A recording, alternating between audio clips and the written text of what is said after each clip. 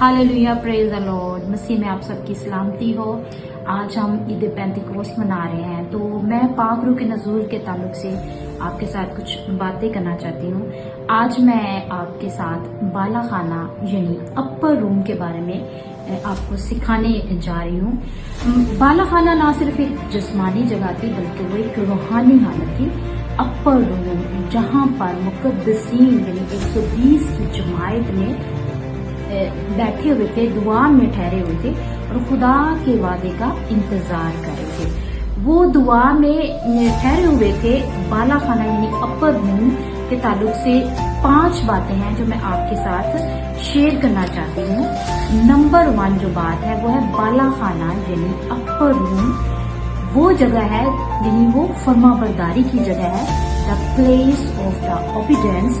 और जैसा कि इमाल पहला बाब उसकी 4थी आयत में लिखा हुआ है, अगर हम बाइबल मुकद्दस में से देखें अमाल पहला बाब और उसकी 4थी आयत में लिखा है कि उनसे मिलकर उनको हुक्म दिया कि यरूशलेम से बाहर ना जाओ, बल्कि बाप और उसके वादे को पूरा होने के लिए मुंतजिर हो, जिसका जिक्र तुम मुझसे सुन चुके हो, यानी यीशु मसीह से सुन चुके हो। तो शागिर्द और 120 की जमायत यीशु मसीह ने जो उनको कहा था, हुक्म दिया था कि यरूशलेम से बाहर ना जाओ, यानी कि बाप के उस वादे का मुंतजिर हो, वो इंतजार कर रहे थे, वो फर्माबरदारी से इंतजार कर रहे थे कि पाक रूह आएगा, क्योंकि यीशु मसीह वादा किया था कि मैं चाहता हूँ तुम्हारे दूसरा मददगार देता। और दूसरी बात है वो कौन सी जगह थी? बाला खाना यानी अपर रूम इत्तेहाद की जगह थी, द प्लेस ऑफ यूनिटी थी, जहाँ पर ईमानदार इत्तेहाद से जमा थे, इत्तेफाक और इत्तेहाद के साथ कलीसिया उसका इंतजार कर रही थी, यानी कि दूसरे मददगार का इंतजार कर रही थी, पाक रूह का इंतजार कर रही थी। और पाक रूह को, खुदा को जो है वो यूनिटी पसंद है, इसलिए वो यूनाइट होके इकट्ठे होके दुआ में ठहरे हुए थे। और तीसरी बात है वो दुआ की जगह है, द प्लेस ऑफ प्रेयर, यानी कि 120 की जमायत यकजान होकर दुआ में ठहरी हुई थी।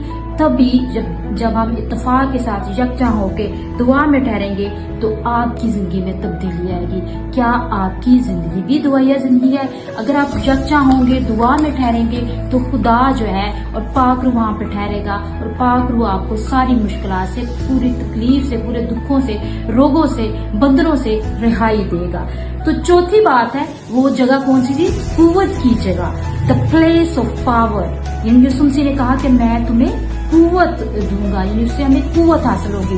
तो ये कुव्वत की जगह थी, जो कि ग्रीक वर्ड में इसका वर्ड जो यूज हुआ है वो डायनामाइट है। डायनामाइट का मतलब होता है, यानी डायनामाइट से हम पहाड़ों को चीरते हैं, तो वो पाक रूह इस तरह से है कि उसने शैतान के सारे बंधन, सारे जुए जो है वो चीर दिए, तोड़ दिए और हमें फिर से बहाल किया, कुव्वत बख्शी, ताकि शागिर्द जो है वो जाएं और कौमों में जाके यीशु मसीह के नाम का प्रचार करें।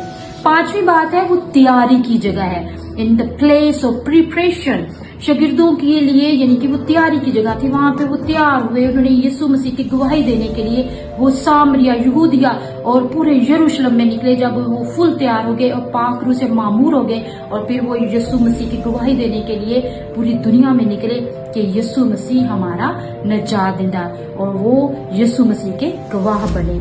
तो मेरे अजीजों, जब हम यीशु मसीह में हैं तो फिर हमें पाक रूह मिलेगा। पाक रूह को हम साथ लेके दुनिया की इंतहा तक यीशु मसीह के गवाह बनेंगे। यीशु मसीह आप सबको बरकत दे।